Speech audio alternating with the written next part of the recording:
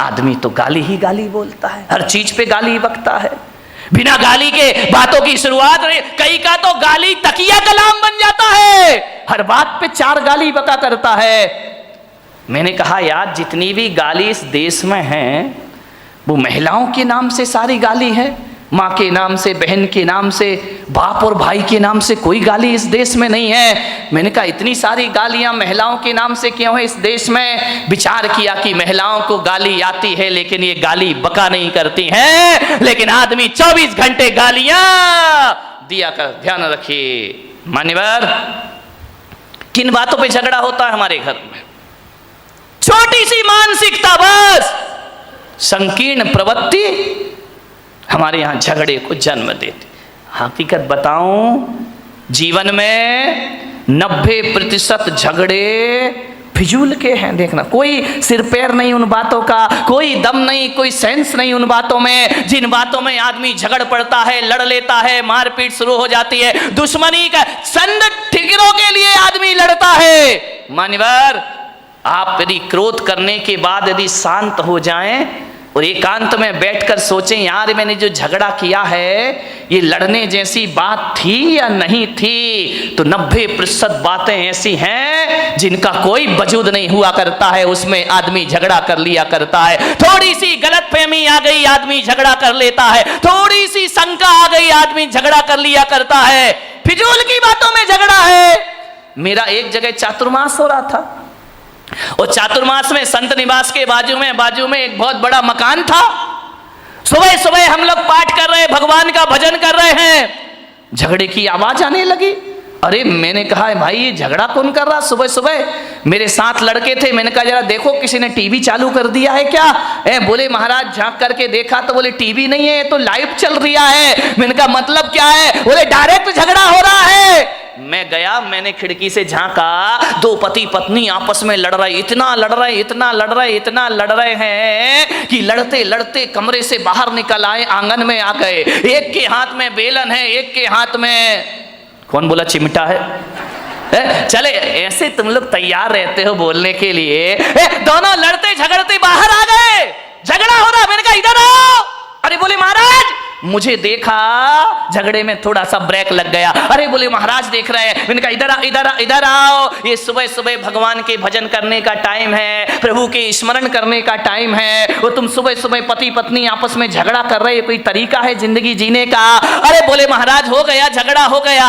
मैंने कहा किस बात का झगड़ा है मुझे बताओ, मैं फैसला करूं। बोले महाराज फैसले वाले का कोई बात ही नहीं है, तुम इनका लड़काए को रहे हो। बोले महाराज जब पूछ रहे हो तो हम बताते हैं, झगड़ा हमारा 12 बजे रात से चल रहा है। अरे मैंने कहा कमाल कर दिया, पति पत्नी दोनों हैं, 12 बजे रात से झगड़ा चल रहा। मैंने कहा किस बात का झगड़ा चल रहा है? बोले कुछ नहीं महाराज, आज नींद नहीं आ रही थी हम दोनों को। तो बोले क्या करे? बोले टीवी भी नहीं चल रही, लाइट भी नहीं थी। तो मैंने कहा क्या किया तुमने? बोले बस लेटा लेटा मेरे मुंह से इतना निकल गया कि मैं अपने बेटे को डॉक्टर बनाऊंगा। पत्नी ने सुना, खबरदार तुम्हारा बेटा डॉक्टर नहीं बनेगा, तुम्हारा बेटा इंजीनियर बनेगा।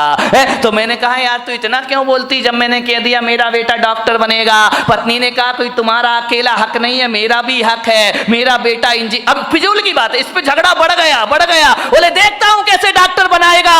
बोले मैं भी देखती हूं कैसे इंजीनियर बनाएगा। झगड़ा बढ़ते जा रहा। बोले बढ़ते बढ़ते हाथापाई पर आ गए हम लोग कि डॉक्टर ही बनेगा, इंजीनियर ही बनेगा। इतना झगड़ा, बोले सवेरे के 4 बज गए लड़ते लड़ते। बोले देख तू ज्यादा बातें मत किया कर मेरे से, जब मैंने बोल दिया कि मेरा बेटा डॉक्टर बनेगा तो बनेगा। पत्नी ने कहा मैंने बोल दिया मेरा बेटा इंजीनियर बनेगा तो बनेगा। रात भर झगड़े। मैंने कहा एक बात बताओ, तुम दोनों आपस में लड़ रहे हो, झगड़ रहे हो, एक बार बच्चे की मर्जी भी पूछ लो कि तुझे क्या बनना है। बच्चे से पूछना ही नहीं है, दोनों लड़े जा रहे हैं, ये बिना सिर पैर के झगड़े। मैंने कहा बच्चे को बुलाओ बच्चे को, उससे पूछो कि तुझे क्या बनना है। पति ने पत्नी को देखा, पत्नी ने पति को देखा। अरे मैंने कहा बच्चे को बुला के लाओ ना।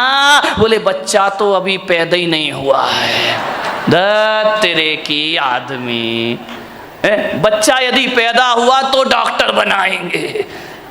फिजूल की बातों का झगड़ा है, ये कोई झगड़ने की बात है? सास बहू में झगड़ा हो गया, बहू ने कहा मलाई मेरे पीहर में जाएगी, सास ने कहा चल मलाई यहीं खाई जाएगी। इतनी लड़ाई, इतनी मलाई पे झगड़ा हो गया। बोले ये तो पीहर में जाएगी, पास में ही पीहर लोणन नीरा की होगी और कहाँ की हो सकती है? तो बोले ये मलाई मेरे पीहर में जाएगी। सास ने कहा नहीं, मलाई तो बारामती में ही खाई जाएगी, चाहे कुछ भी हो जाए। बोले देखती हूँ तू कौन होती है रोकने वाली, अरे तेरे जैसी लाखों बहुएं देखी, चल मलाई यहीं रहेगी। इतना झगड़ा। ससुर जी दुकान से आए, उन्होंने कहा ये महाभारत क्यों मचा रखी, झगड़ा क्यों है? बोले बहू को समझा लो, वो कह रही है कि मलाई पीहर में जाएगी और मैं कह रही हूँ कि मलाई यहीं खाई जाएगी। ससुर ने कहा तुम मलाई पे लड़ रही, लाओ मलाई लेकर आओ, मैं ही खा लेता हूँ, टेंशन खत्म हो जाएगा। मन शांत नहीं है आदमी का। आज इतना क्रोध है, घरों में क्रोध हो तो हो, समाज में क्रोध है, परिवार में क्रोध है, मंदिरों में भी कम क्रोध नहीं है। ध्यान रखना, क्रोध सब जगह अपने जाल फैला रहा है। मैं आज जहां तक लोग ये सोचते थे कि छोटा परिवार सुखी परिवार, लेकिन आज मैं देख रहा हूं कि छोटा परिवार दुखी परिवार। पहले बड़ा परिवार था, संयुक्त परिवार था, आज छोटे परिवार हैं, लड़ाइयां ज्यादा होती हैं, पति पत्नी में झगड़े हो जाते हैं, आए दिन तलाक का वातावरण निर्मित हो जाता है। अब झगड़े किससे? आदमी का स्वभाव लड़ना झगड़ना है। जब संयुक्त परिवार थे तो आदमी लड़ता था, झगड़ता था, एक दूसरे से बातचीत हो जाती थी। जहां 4 बर्तन होते थे वहां खटपट तो कौन बोला होती थी और होएगी? मुझे मालूम है मेरे प्रवचन से तुम कोई भी सुधरने वाले नहीं हो। मैं कितना भी बोलूं तुम्हें तो वही करना है जो करना है, लेकिन फिर भी मैं कहता हूं इस हजारों की जन्मेदिनी में यदि 1-2 परिवार में ही परिवर्तन आ गया तो मेरा बोलना और सार्थक सफल हो जाए। 1-2 लोग ही सुधर गए तो बहुत है। क्लासरूम में बैठा हुआ हर बच्चा 100 में से 100 नहीं लाता है। 2-4 बच्चे होते हैं जिन्हें 100 में से 100 अंक प्राप्त हुआ करते हैं, और जिन्हें प्राप्त हो जाते हैं शिक्षक का बोलना और पढ़ाना और सिखाना सार्थक हो जाए। कोई भी किताब आप उठा करके पढ़ लीजिए, कोई भी अखबार आप उठा करके पढ़ लीजिए, पूरी किताब पढ़ने जैसी किसी भी लेखक की नहीं हुआ करती है। लेकिन एक बात ध्यान है, यदि 100 रुपए 200 रुपए की किताब में यदि 2 पेज ही अच्छे पढ़ लिए गए, 2 पृष्ठ ही बहुत अच्छे हुए, तो वह 2 पेज पूरी किताब की कीमत चुका दिया करते हैं। इतना ध्यान रखिए। बस 2 पेज अच्छी बातें पूरे प्रवचन में घंटे भर में 1-2 बातें अच्छी हुआ करती हैं, बाकी तो बातों की बारात हुआ करती है। ध्यान, 1-2 बात ही जीवन को बदल दे तो मेरा बोलना और तुम्हारा सुनना सफल हो जाता है। हर जगह क्रोध है,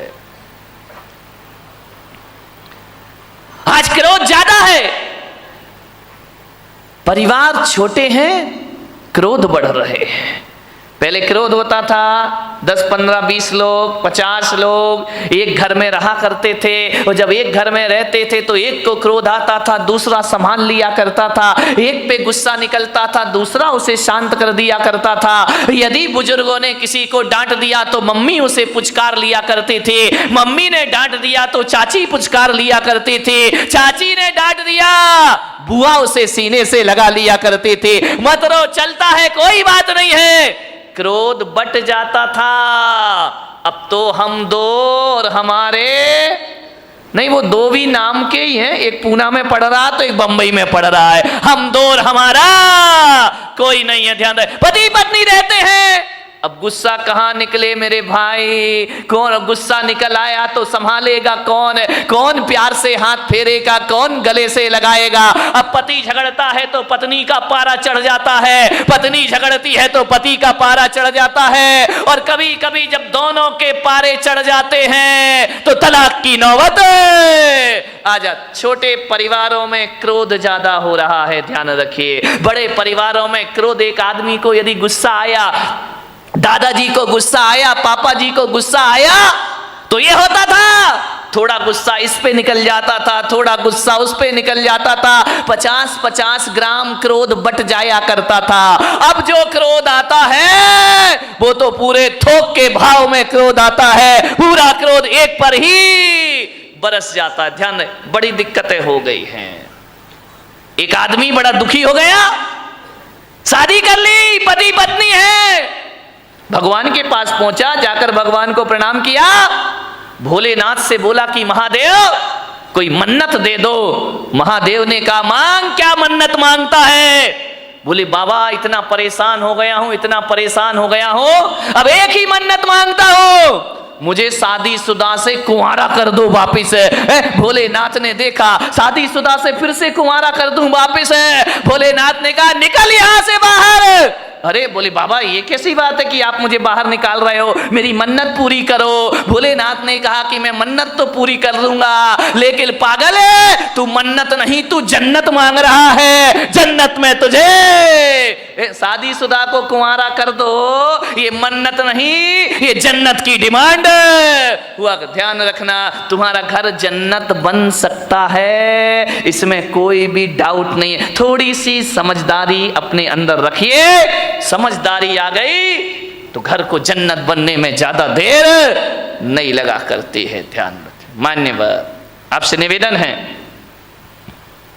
बड़ा परिवार था, सुखी था, आज छोटा परिवार है, दुखी है, एक ही बेटा है। अब बोलो भाई साहब प्रवचन में क्यों नहीं आते? क्या करे महाराज, दुकान जाना पड़ता है, दुकान खोलना पड़ता है, बेटे को बिठा, बेटा पूना में पड़ता है। अब बताओ, अब आपका एक ही लड़का, मुझे तो अपना भविष्य खतरे में दिखाई देता, तुम्हारा दिखाई दे या नहीं दे, आपका एक ही बेटा है। मैं बच्चे को ये नहीं कह सकता तू सन्यास ले ले, बच्चे को मैं ये नहीं कहता तू दीक्षा ले ले, अब किसे सन्यास देंगे? तुम्हारा सहारा तो एक ही है। पहले 4 बच्चे होते थे, 5 बच्चे होते थे, एक बच्चा दुकान संभाल लेता था, पिताजी समाज संभाल लिया करते थे, कोई मंदिर संभाल लिया करता था।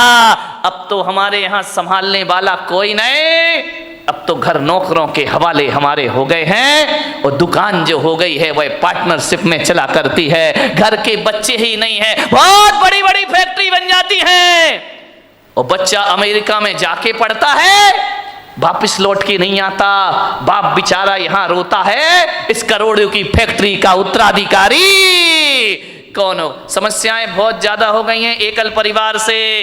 संयुक्त परिवार सुखी परिवार। ध्यान रखिए मान्यवर, क्रोध ज्यादा बट गया, कलह ज्यादा हो गई, अब लड़ने की तो आदमी की आदत है। अब घर में यदि कोई मेंबर ही नहीं है, एक ही बचा तो झगड़ा तो फिर उसी से होगा। ध्यान रखिए मान्यवर, कलह बढ़ गई हमारे घरों में, ऐसे बात करते हैं किसी से जैसे उस पर कोई एहसान कर रहे हो, जवाब नहीं दिए जाते हैं। हालात ये हो गए हैं कि पति बेचारा थका हारा घर पहुंचता है, आवाज लगाता है कि सुनती है एक गिलास पानी लाके दे दे, प्यास लगी है बहुत। अब पत्नी क्या बोलती है, देख नहीं रहे मैं सीरियल देख रही हूँ, टीवी देख रही हूँ, ऐसा करो जाके चुपचाप पानी पी लो, और हो सके तो एक गिलास मेरे लिए भी ले आए। हालात बहुत खराब है घरों के, स्थितियां भी, तुम तो पी लो और हो सके तो एक गिलास मेरे लिए भी पानी लेकर आ जाए। यही चल रहा है ना घर में। शर्माओ मत, देखो सही बताओ जो कुछ चल रहा है। मैं कोई प्रवचन कोई आकाश से उतर के तो आते नहीं है। एक महिला ने पूछा महाराज एक बात बताओ, तुम्हारी शादी हुई? मैंने कहा मेरी तो शादी नहीं हुई है। बोले आपका परिवार था? मैंने कहा मेरा तो कुछ भी नहीं है। बोले कब दीक्षा ले ली? मैंने कहा बहुत छोटी सी उम्र में दीक्षा ले ली। तो बोले आप एक बात बताओ, तुमने शादी करी नहीं, तुम्हारे बच्चे हैं नहीं, तुम्हारे बीवी है नहीं है, फिर एक बात बताओ महाराज, ये तुम्हें घर की बातें कहां से पता चलती हैं? ये घर गृहस्थी की बातें कहां से जान लेते हो? अरे मैंने कहा मैं कहां जानता हूं। तो बोले आप इतनी बातें बोलते हो, इतना उदाहरण घर गृहस्थी के देते हो, ये बताओ महाराज तुमने ये सीखा कहां से? मैंने कहा मैंने कुछ नहीं सीखा देवी, तुम्हारे पति आते हैं मेरे सामने, रोते हैं चले जाते हैं, अपनी घर की बातें तुम ही बता जाती हो, तुम अपनी बातें बताती हो, मेरा प्रवचन तैयार हो जाया करता है। और कहां से प्रवचन लाऊंगा? प्रवचन तो तुम्हारे बीच से बनेंगे, मैं कहां से लेकर आऊंगा? तुम ही आते हो महाराज, ये परेशानी, ये दिक्कत, वो दिक्कत, बस मैं पॉइंट नोट करते जाता हूं, मेरी डायरी में प्रवचन तैयार हो जाया करता है। और प्रवचन आएगा कहां से? समाज की बातें समाज के बीच रखना पड़ती हैं। आपको उसी भाषा में समझाया जा सकता है, आपको शास्त्रों की भाषा में समझ में आने वाला नहीं है। उदाहरण भी वही दिए जाते हैं जिसमें आप सुबह शाम जिया करते हैं। ध्यान रखना, ये दिल की बातें दिल तक पहुंच जाया करती हैं, वरना ज्ञान की बातें एक कान से सुनो और दूसरे कान से निकल जाती हैं। ध्यान रखिए, बड़े परेशान हैं लोग, बहुत हैरान हैं लोग, क्रोध से परेशान हैं। अब क्रोध तो भाई आ ही जाता है, करोगे क्या करोगे? लाख कोशिश करो, क्रोध तो आ ही जा। जहां चार बर्तन होते हैं वहां खटपट तो बोलो होगी। आगे भी तो मेरा गला क्यों फड़वा रहे मेरे भाई? ध्यान रखिए। अरे चार बर्तन है वहां खटपट तो, अरे लड़ाई कहां नहीं होती है। ये मत सोचो कि केवल तुम्हारे घर में लड़ाई होती है, लड़ाई तो महापुरुषों के घर में भी हुआ करती है, बड़े बड़े ज्ञानियों के घर में झगड़ा हुआ करते हैं। अब आप भी बताइए, जिन्हें दुनिया महापुरुष बोलती है, आदर्श पुरुष माना करती है, लड़ाइयां तो उनके घरों में भी हुआ करती हैं। अब ये महाभारत बताओ, कोई गरीब घरों की लड़ाई तो थी नहीं, ये महापुरुषों के घरों की लड़ाई थी। महाभारत दो भाई भाई लड़ रहे हैं, वो भी तो एक झगड़ा ही था ना। कौरव और पांडव ये महापुरुष गिने जाते हैं, इनके घरों में भी झगड़ा हुआ करता था। रामायण में सिंहासन को लेकर के झगड़ा हो गया, राम के घर में भी झगड़े होते हैं, दुर्योधन के घर में झगड़े हुआ करते हैं, युधिष्ठिर के घर में झगड़े हुआ करते हैं। झगड़ा कहां नहीं होता मेरे भाई? भरत बाहुबली का ये झगड़ा नहीं तो क्या था, ये भी तो एक झगड़ा था। ये मोक्षगामी लोग, ये सम्यक दृष्टि लोग, यहां इनके घरों में भी झगड़े होते थे और बड़े आदमियों के घरों में भी झगड़े होते हैं।